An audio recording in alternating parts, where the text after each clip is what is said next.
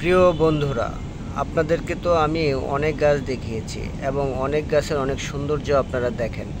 বন্ধুরা, আমি এতটা গভীরভাবে এই ল্যান্থনা ফুল গাছের সৌন্দর্য কখনো উপলব্ধি করিনি।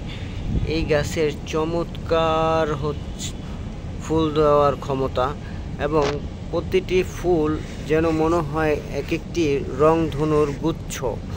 সবুজের মাঝখানে অপূর্ব সৌন্দর্য এই ফুলগুলো ফুটিয়ে তুলেছে। দেখুন আপনারা, এই গাছটি যখন ফুল দেয় তখন তার কলি অবস্থানটা দেখতে ঠিক এরকম হয়ে থাকে। দেখতে পাচ্ছেন আপনারা, এই কলিগুলোর রং অনেকটা সবুজ, সবুজের মাঝে বেগুনির একটি হালকা প্রকাশ। এই বেগুনির রংটি আপনারা দেখতে পেলেন। বেগুনির সাথে আপনাদেরকে আমি দেখাচ্ছি ফুলের ঠিক মাঝখানে বেগুনি রংটা হয়ে যাচ্ছে কমলা রঙের রং। তার সাইড থেকে কড়া লাল একটি রং ফুটিয়ে তুলেছে। সব মিলে বন্ধুরা আপনাদেরকে আমি বলতে পারি এটি খুবই সুন্দর, এতটা সুন্দর যার বর্ণনা আমি আসলে করতে গিয়ে থেমে যাচ্ছি, পারছি না আপনাদের সাথে এই সৌন্দর্যের বর্ণনাটা কি ভাষায় প্রকাশ করব। এত সুন্দর একটি গাছ এবং এত চমৎকার ফুল দিয়ে থাকে এই ল্যান্থনা গাছ, যা আমাদের অনেকের ধারণাই থাকে না। বন্ধুরা, আমি যখন ছোট ছিলাম তখন ঢাকা শহরের আশেপাশে প্রচুর বেড়িবাঁধ ছিল। তো বেড়িবাঁধগুলোতে আমি দেখতে পেতাম তারা সরকার এই ধরনের ল্যান্থনা গাছগুলোকে লাগাতো এবং রোডের দুই পাশে প্রচুর পরিমাণে ল্যান্থনা গাছের ফুল রোডের সৌন্দর্য এবং বেড়িবাঁধের সৌন্দর্যকে ফুটিয়ে তুলতো। সেই সৌন্দর্য আজ যেন মনে হয় হারিয়ে যাচ্ছে।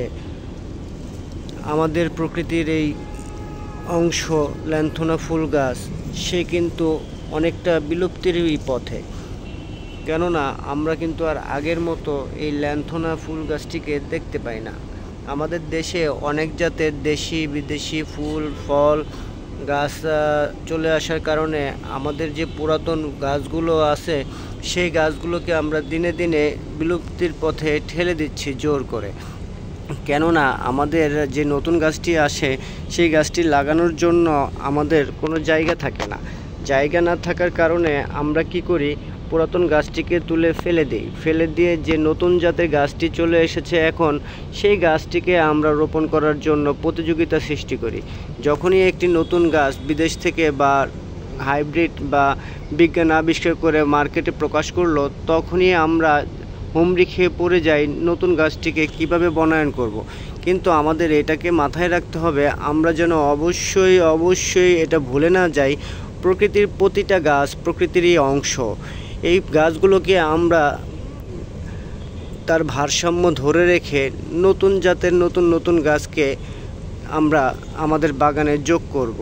আমরা যেন কোনো গাছকেই আমাদের বাগান থেকে বিলুপ্তি না করে দেই এবং ফেলে না দেই। কারণ প্রতিটি গাছই আমাদেরকে অক্সিজেন দিয়ে থাকে এবং আমাদের দেহ থেকে বের হওয়া কার্বন ডাই অক্সাইড শোষণ করে এই প্রকৃতি এবং পৃথিবীকে সুন্দর করে সুস্থতা দিয়ে থাকে।